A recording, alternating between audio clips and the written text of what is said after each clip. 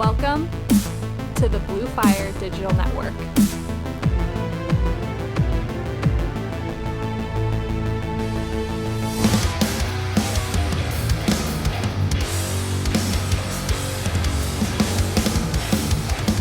Welcome to the Godly Fathers Podcast, a podcast for young dads trying to live a godly life and raise godly children. I'm your host, Morgan Monroe. Let's get into the dad life. Hey guys, welcome back to the podcast. Got a fun episode for you guys today. This is my favorite episode we've done so far.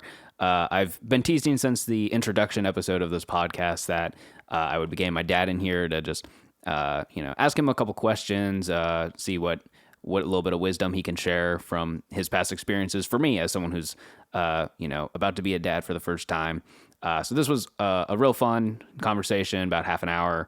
Got to ask some fun questions, hear some fun stories. So I hope you guys enjoy this. Quick update. My wife is now 27 weeks pregnant. So Maya is roughly 14 inches long and about 2 pounds. So she's about doubled in size in the less than a month. Which would explain why my wife is so uncomfortable lately. If anyone has any good advice for how to make a pregnant woman more comfortable while she's trying to sleep, we've tried more pillows and keeping her sleeping in specific positions and stuff like that. So plug at the Godly Fathers Podcast, Facebook and Instagram. Let me know if you have any other suggestions. I'm sure she would appreciate it as well. I think the most fun part of that is that Maya, my baby, is at the point where she can have hiccups, and I think that is the funniest, weirdest thing that I've seen on a baby update so far. But I won't keep you guys from my dad any longer. This is a fun episode. Let's get into it. Hello, guys, and got the intro out of the way already. Got my dad here. How's it going? Hello. Good. How are you doing? Good. We've been trying to get this together for a couple weeks now, so it's good to finally get it going. Why don't you go ahead and tell the audience a little bit about yourself? Oh, well, I wasn't expecting that. I'm your dad. I'm Darren. Been married to my wife, Kelly, for 25 years. Got 4 kids, of which Morgan is the oldest. And, that's the big stuff, I guess. That's the big stuff? Yeah. Got any cool hobbies? Not really. I would like to play guitar more, which I did all the time when I was younger, but I don't know. It's hard to get going again on it, even though I want to. Watch too much TV. Like to watch football and basketball. Don't play as much as I used to. Get a little old. Yeah. Well, maybe next time when you're watching Parks and Rec for the 4th time, you can play guitar instead. Yeah. So yeah, you and Mom have been married for 25 years. Tell us a little bit about the story of how you guys met and getting married, having kids, just like the general overview of that whole thing. Yeah, well, I was already, kind of working and done with school for the most part. At least one of the times I was done with school when we met. Mom was one of my friend's roommates. They were cousins, and we just met one day when I was hanging out, and we liked each other. And it was a very short time from the time we met till we got married. I think we dated for 3 months, and then were engaged for 3 months, and then got married. And you came along 18 months later. No, almost 2 years later. Yeah. And then, as you know, all your siblings are about 2 years apart. So yeah. We spawned as many children as possible in a short period of time and then stopped that and tried to figure out how to raise you all. Yeah. You just were making it up as you go. Yeah, I mean, so how old were you guys when you got married? I was 28. Mom was 23. So you were a little bit older than us, because I was, Jenna and I were 23 ? When we got married, and we also had only been dating we were dating longer than 6 months. but you know, I definitely got people telling me that it was not long enough. And then, you know, my brother Steven's in the same boat with his fiance now.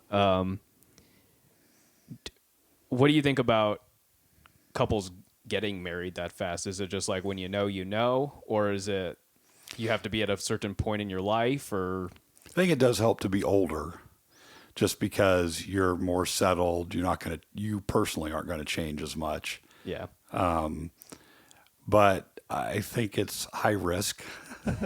You haven't been through all the cycles of life yet, of like being around each other when good things happen or when bad things happen, having loved ones die and having holidays and all that sort of thing. Let me think about this. I think from the time Mom and I met until we got married, neither of us had a birthday.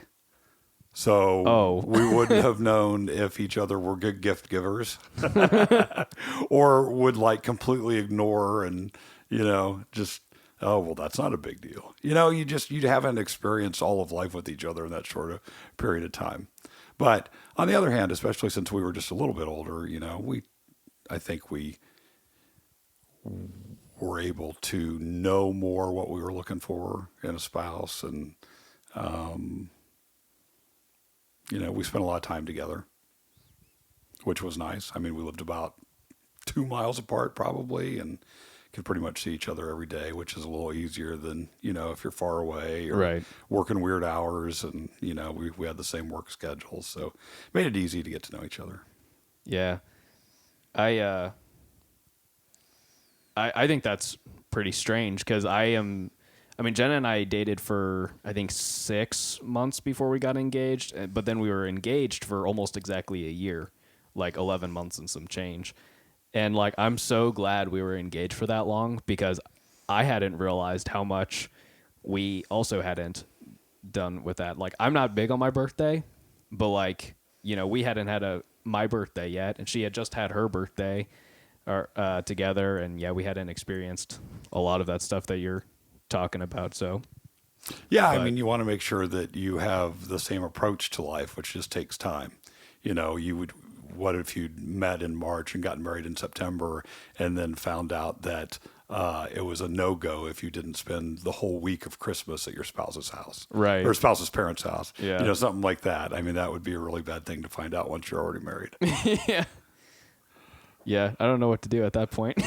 Just gotta do what you can do. So you guys had only been married for about 2 years when I came along. What was I'll break this up into. I have this written out as one question, but I want to break it up into 2 different questions. So like while Mom was pregnant with me, what did you learn? Maybe learn from your marriage or learn about like, this is real. I'm really about to be a dad. Like, what did you kind of learn in that process of just like, I wasn't here yet, but I was on the way. And then the second part being, once I got here, what were some things that you had to learn real fast? Well, I don't remember. It was a long time ago.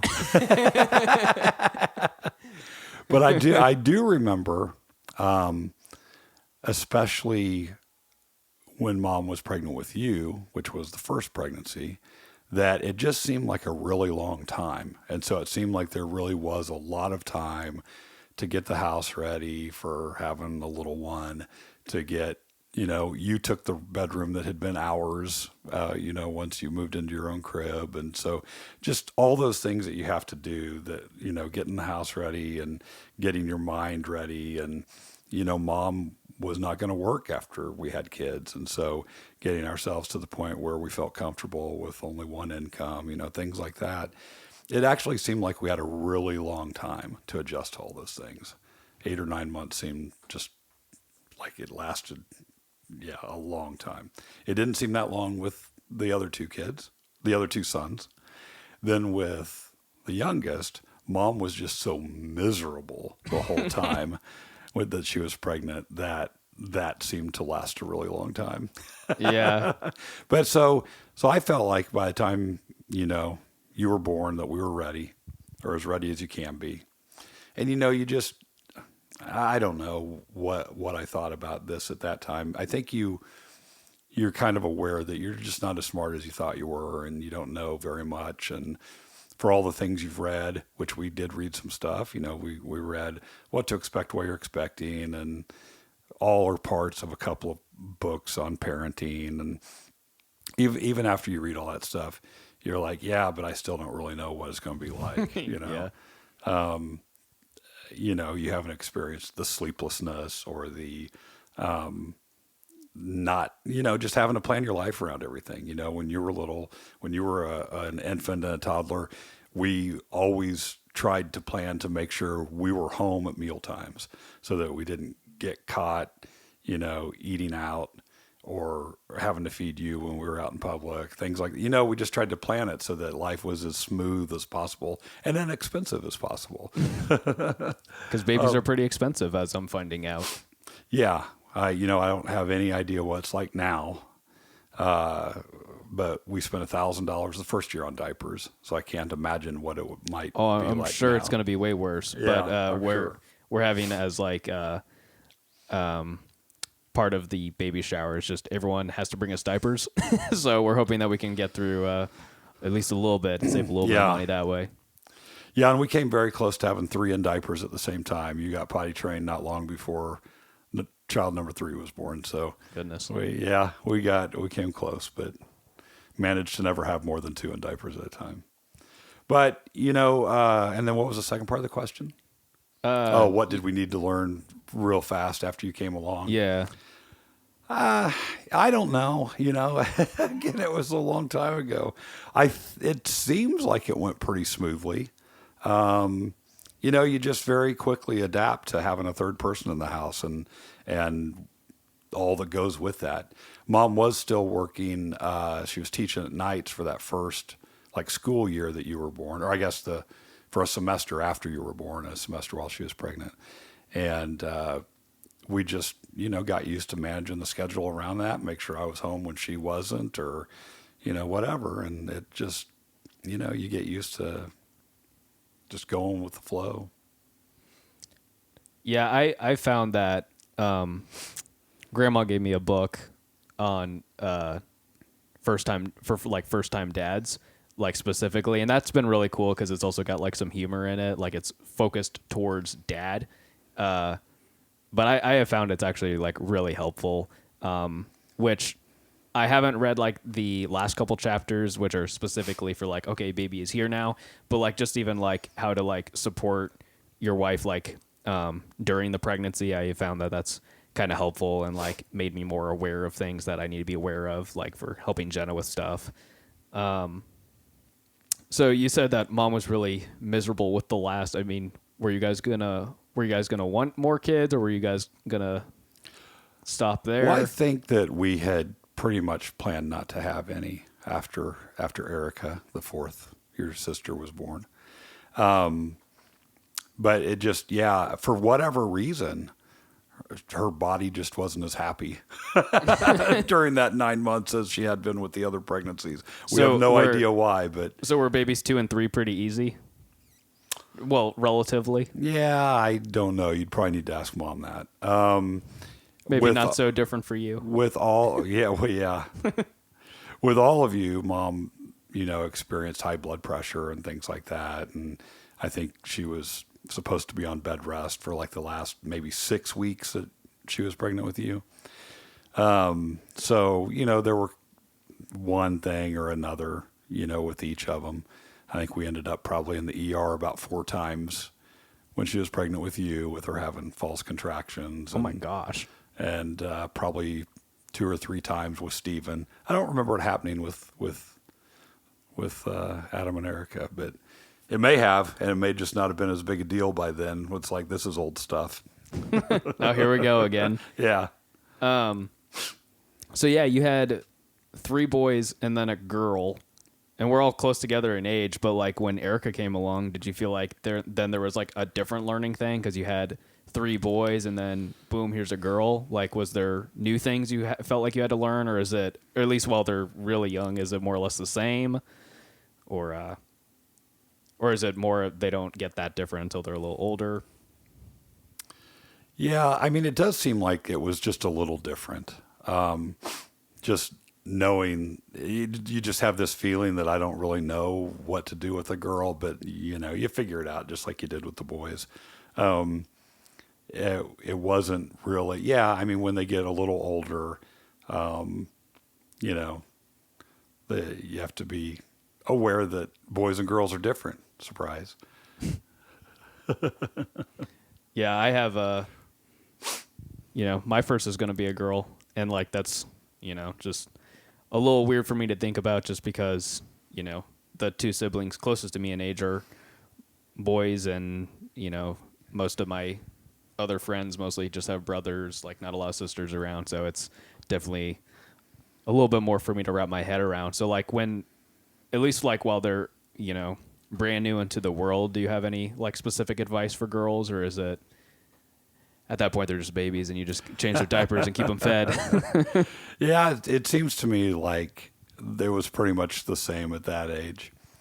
Fortunately, girls tend to potty train sooner, so you got that to look forward to. Maybe less money on diapers, so that'd be a great thing. But no, I mean, you just, every child is different, whether they're a boy or a girl, and that you learn real quickly. All 4 of you are very, very different, and you were different from the womb. So you learn that quickly. You learn the quirks of their personality and how to make them happy, and how they act when they're hungry, and how they act when they're mad, and how they act when they're upset or have an upset tummy or whatever. So eventually it gets to the point where it doesn't just sound like crying and you actually be like, oh no, that's this. Yeah, you hope so. You hope you can figure it out. Well, but you always make mistakes. There's things that you learn slower than you wish you had, and one that always stands out in my mind. It wasn't he wasn't a baby anymore, but when Stephen was young, it took us a couple times of him taking codeine when he was sick for us to realize that was what was making him throw up. And then you feel like a horrible parent because you give him something that makes him throw up, and you should have probably figured it out by now that that's what was making him. So, yeah. So, you have horrible things like that you're like, oh, I'm a horrible person. And I definitely should have figured that out a lot sooner. And then like one time when I thought Adam was giving me a hard time about eating his peas, and I was like, you're eating them. And he said, I'm going to throw up. And he threw up. And then I was like, oh, I can't eat peas without throwing up either. Maybe, and I'm maybe an adult. I'm a really something. horrible person. Well, I mean, and kids give a hard time about eating their vegetables anyway. So, I mean, I guess there is like a reason to think that like, are they just giving me a hard time, or like, is there? It's not like that was the first time you'd ever given me a hard time about something. Right. Oh, I lost my spot here on what question I was going to ask you next. So, was there anything that kind of switching gears a little bit to kind of reflecting in a different direction for you? Do you feel like that there's anything that you could look to from your parents that helped you when you became a dad? Like, was there anything that, I mean, I feel like we're all kind of like, well, my parents did this, so I'm going to do this because this, I liked what they did with this, and I don't like what they did with this. But like, was there anything like specific that stands out to you, like how your parents parented, and how that then affected how you parent? Well, for sure, when y'all were a little older, not necessarily when you were infants and toddlers, but to just always be involved in whatever you guys were doing, whether it was scouts or sports or, whatever hobbies you had, to make sure we supported you and were involved. My mom volunteered for everything. My dad, helped with sports, whether he was being a scorekeeper at a basketball game or one year he was an assistant coach. And we just always wanted to be able to do those things just because, it helps you stay connected and involved with your kids. So I ended up with some years where I was coaching 2 basketball teams at the same time. But that was always really fun. So just, that's the kind of thing, I know that different people are different based on what they think of their parents. And so having had good parents, my first thought is that I should do what they did. And then along the way, you figure out some things that, all kids are different. So maybe this thing isn't working for this kid. It's not so much of a copy paste kind of thing. Yeah, exactly. And then, I don't know. You just kind of figure it out. Like I said earlier, every kid's different. So you definitely treat them differently. And that causes problems in itself. Hey, you didn't let me do that when I was that age, that kind of stuff. I've said that a lot. And that was, I don't remember ever complaining about it. I'm the oldest of 2. I don't remember ever complaining that my brother was allowed to do stuff that I wasn't allowed to do, but I probably did complain about it. And he definitely got to do stuff at a younger age than I did. But a lot of that is just because the younger ones push the barriers, but also because they've seen their older siblings do stuff, so they naturally want to do stuff that they've seen their older siblings do. Yeah. So your parents are my grandparents, and to make you feel like an old man, you're about to become a grandpa. So this is another kind of 2-parter question, but like, what was your relationship like with your grandparents, and then what are you kind of hoping to have with your grandkids now that that's like kind of in the next few years going to start happening for you? Yeah, so all of my grandparents, I did know them all, so I was blessed in that way. All 4 of my grandparents were alive. At least my first grandparent died when I was in high school, so I got to know them all. But unfortunately, they all lived far away, so I would only get to see them maybe 3 or 4 times a year. And so I didn't ever really feel that close to them, like not as close as I wanted to. Later in life, my 3 grandparents who were still alive when I was an adult, I felt like I got closer to them during that time. So that was nice. I also knew, I think, 3 of my 8 great-grandparents, which was fun. Oh, wow. Yeah. One thing I've thought about is that being in the middle generation between your grandparents and you and your siblings, one thing that I feel like we've missed out on by living so close to all of your grandparents is you don't have those times away together. When we would get together with my grandparents, it would be like a several day, maybe sometimes a week-long thing. Mm-hmm. And you really get to spend a lot of time together. And, now we're kind of in a trend where we'll go to my parents for 2 or 3 hours once a month. And it's just not the same. You get to see them more often, but you don't have those long periods of time where you're just hanging out together. So now I don't know if that affected you guys as much because you were able to go spend the night there or go, I think one time you all went and spent a week at the grandparents or whatever. But so you get to do that as kids, but in the middle generation, don't get to experience that when we live so close. So my hope is that, well, first of all, that all the grandkids are always close, like location wise, and that we can. Well, so that's what I was going to say. Is like, so do you want us to live far away? Like, no. I would much rather have everybody be close so we can, go to school plays and go to sporting events and just play with them and hang out with them and have them spend time at our house and, all that kind of stuff. Yeah, I haven't ever thought about it in that sense. We see your parents a lot. We go over there, a couple times a month for lunch or holidays a lot. And then, mom's parents are kind of equidistant in the opposite direction. So it's like, we still see them semi-often. But yeah, it's never like for like days at a time, I guess. So I guess I never put it in that, like thought about it in that way. But because everyone was kind of close, I've always liked being able to, see them at, choir concerts and, they even came to 1 or 2 of our band shows and came to our basketball games as kids, and so I always appreciated that. So I guess kind of to close it out, did you have any like other last words of advice to someone who's like a soon to be dad, or any last little I mean, of just advice? I think the most important things for raising kids are to remember that all kids are different from each other, and that one of the most important ways to have them behave properly and to be the kind of person you want them to be is to be consistent with them, to not let your expectations waver, like be loose with the rules one day and more real strict another day.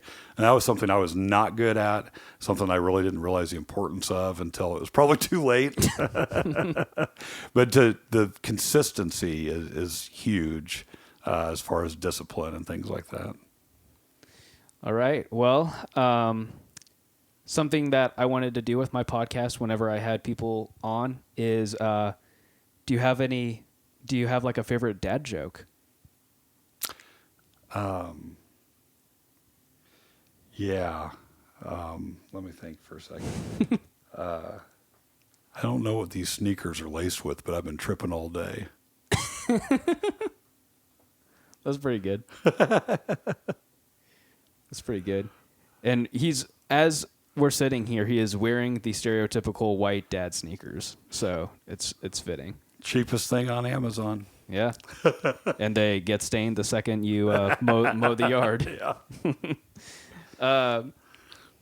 I guess one last thing we could do real quick is like, did you have any like any stories from like when not necessarily me, but like when any of us were good, like anything worth telling that was either like a big learning moment for you or maybe something that's just funny or entertaining? Well, one of my all-time favorite stories is when we were staying in a residence hall on campus at Notre Dame over a vacation, and you were maybe 3.5, and Stephen was like maybe 2, and Adam was a baby. And because it was a dorm, we would have to use, the public communal restrooms or whatever. So I would go in with each of you at night and put the toilet paper on the toilet so you could go potty and everything. And Stephen was really horrified because there was always a chance of a public toilet auto flushing, which he found horrifying. But on this one particular night, he, everything went smoothly. He went potty in the toilet. He stood up when he was done, and he picked up a piece of toilet paper off the toilet seat and wiped his lips with it and tossed it in the toilet. That's so gross. Is that, didn't he also lose his binky in the toilet? Yeah, too? one of the other nights in that same place, he, when it flushed, his binky fell out of his mouth and went straight. It was gone in less than a second, and he just burst into tears. But fortunately, we had a spare in the room. You didn't take that as an opportunity to wean him off of it? I don't think he was quite ready for that. Seeing the one face its demise so quickly and unexpectedly. You're like, son, that's just how life is sometimes.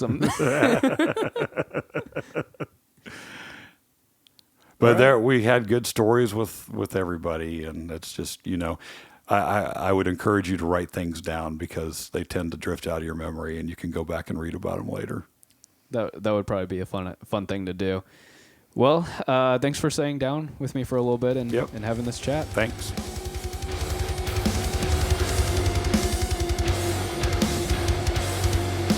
Thank you for listening to the Godly Fathers Podcast. If you'd like to support the show, head over to anchor.fm/the Godly Fathers Podcast to make a donation.